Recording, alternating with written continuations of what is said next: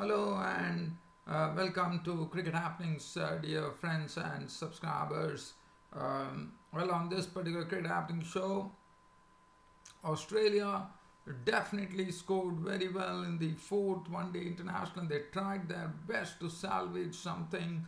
They put their best foot forward, I thought, by actually preserving their wickets and then going for an assault. They were 225 for 1 at the end of, if I'm not wrong, it was so after 40 overs. But after that, what they did is they got the total past the 310 for 8. There were 2 centuries. Roy Finch making a century at the top of the order. Roy Marsh getting his second century of this particular series. And one thought that England will be stretched a bit here at Chesterley Street in Durham. But unfortunately, that was not the case, and England usurped the total in the 45th over, and England also, in the same vein as Australia, had 2 centurions. Sorry, they had 1 centurion, Jason Roy making his second century of the series, 101 for him. Barrister made 79. And Butler towards the end thrashed 54 unbeaten runs, and they won the match by 6 wickets. I'm sorry. So Australia definitely, as I said, did well, but it still was not enough, as England went on to a 4-0 lead in this ODI series, which I'll be talking about. And other than that, we'll have a look at some cricket news as well. So let me keep the talk going on this fourth one-day international at Chesterley Street in Durham. And we are talking about Australia actually electing to bat first here in Durham. And I thought it was the right decision because we saw that Craig Overton, the Englishman, was making his debut today, and looking at the Australian card, well, it all started off with Roy Finch and Travis Head opening the innings, and the one thing that one could discern from the way the Aussies were batting was they were not in a hurry for any runs, so they definitely started giving respect to the bowlers, but at the same time kept the scoreboard ticking, but was not trying to hit the ball very hard. I mean, they were just putting it in the gaps, getting the singles, getting the twos, and hitting the boundary. But in that process, there was a 101 runs partnership between Roy Finch and Travis Head, which really told a lot as to what the Australian approach was. And as that was going on, and finally the breakthrough came finally in the 20th over when Travis Head was a victim of the bowling of Rashid. Now, this was not a very good delivery. It was a sort of a rank bad delivery, but Travis Head actually tried to hit the ball straight, but basically he was trying to actually clear the ropes over there, but in the process he actually hit the ball to the man at deep mid-wicket, and he was gone. So Travis went gone. Cotwilly bowled Rashid Khan for 63 of 64 deliveries, 9 fours. Roy Marsh came in to join Finch, and Roy Marsh was the only person I thought other than Finch and Head who really got to terms with English bowling. And then we saw a bit of urgency in the proceedings, because from 101 for 1 in the 20th over, another century partnership happened, but this time I thought it was much quicker because, I mean, there was not much to choose from, but I can definitely say it was 114 runs in the 20 overs. So still I think Roy Finch and also Roy Marsh kept up the same approach, but Roy Marsh was a bit of an aggressor, one could say, compared to Roy Marsh, as Roy Marsh picked up his second century of the series, and Roy Finch his first of the series. And Roy Finch, it was definitely due. He was due for a big knock, and he came up with the goods at the right time. And then at 225 for 1, one thought that the Aussies were very well placed to do an assault, and they definitely did that, but they lost a lot of wickets in the process, and finally with the score on 225, Mark Wood was the man who actually rattled them a bit when he picked up the wicket of Roy Finch. Now, Roy Finch was a big wicket. This was a ball from Mark Wood, actually, where Finch was trying to plant his foot across the line, but unfortunately that particular delivery which Mark Wood was bowling was a straighter one, and Finch was exactly dismissed for 100. LBW Wood for 100 of 106 balls, 6 fours and 3 sixes. Now the score was 225 for 1 in the 40th over, so 10 overs remained, and one knew for a fact that with Roy Marsh at the crease, Australia will definitely go past the 300 mark, and they definitely did. But in the process, they lost a lot of wickets. In fact, Stoinis was gone. As I said, Wood rattled them. Stoinis actually lost his stumps to Wood pretty quickly. He was gone for just 1. So looking at the dismissal of Stoinis, now this was a good delivery from Wood. Actually got some, probably got some reverse swing, one could say. And Stoinis also, one thought, was a bit tentative. He was not fully forward to the delivery, and in the process, he probably would have, got away with it, but unfortunately it was not. There was the rattle of the timber. Stoinis gone, bowled with a 1. The next to go was Ashton Agar. Ashton Agar came in. He was a victim of the bowling of Rashid. He was caught. Butler bowled Rashid.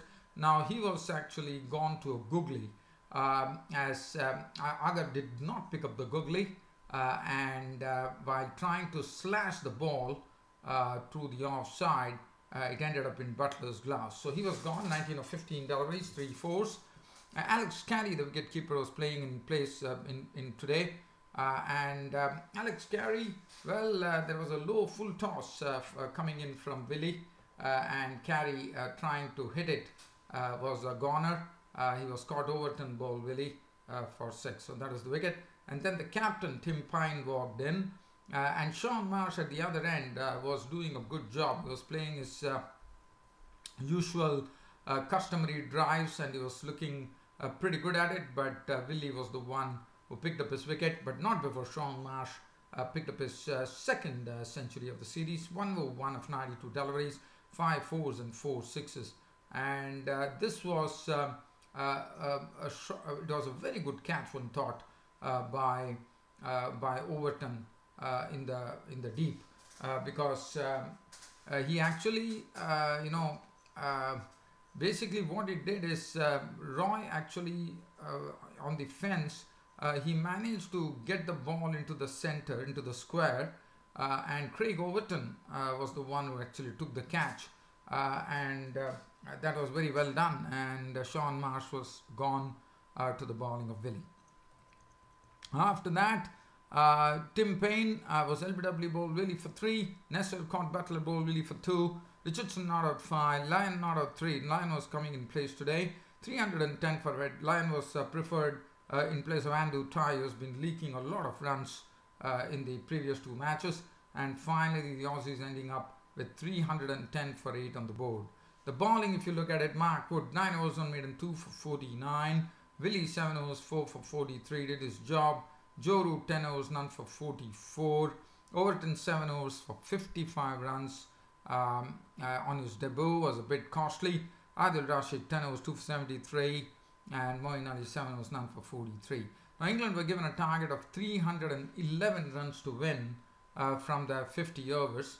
Well, they started off in a really blasting manner, especially Jason Roy and Jonathan Bairstow started smashing the Aussie bowlers, and they were absolutely equal to the task. They had nothing to lose because this was the 4th one-day international. They were already 3-0 up in the series, and there was sort of a gung-ho approach on the part of the Englishmen, and which one could really understand. Jason Roy, as you know, he plays his strokes in a really stunning manner. Bairstow, as you know, is there with his cuts, pulls and drives, and the partnership had put on 174 in the 24th over, so they were really equal to the task there.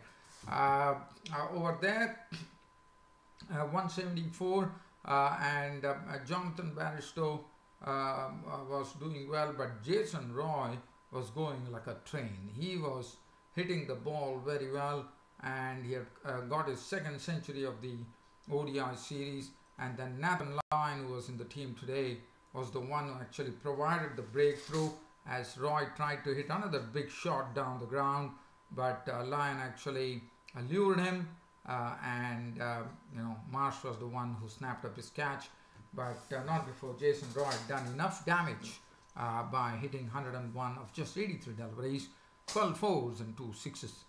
Bairstow's contribution was 79 of 66 balls with 10 fours. He was caught by pain of the bowling of Stan Lake, and looking at his dismissal, as you know, this was very good to see actually.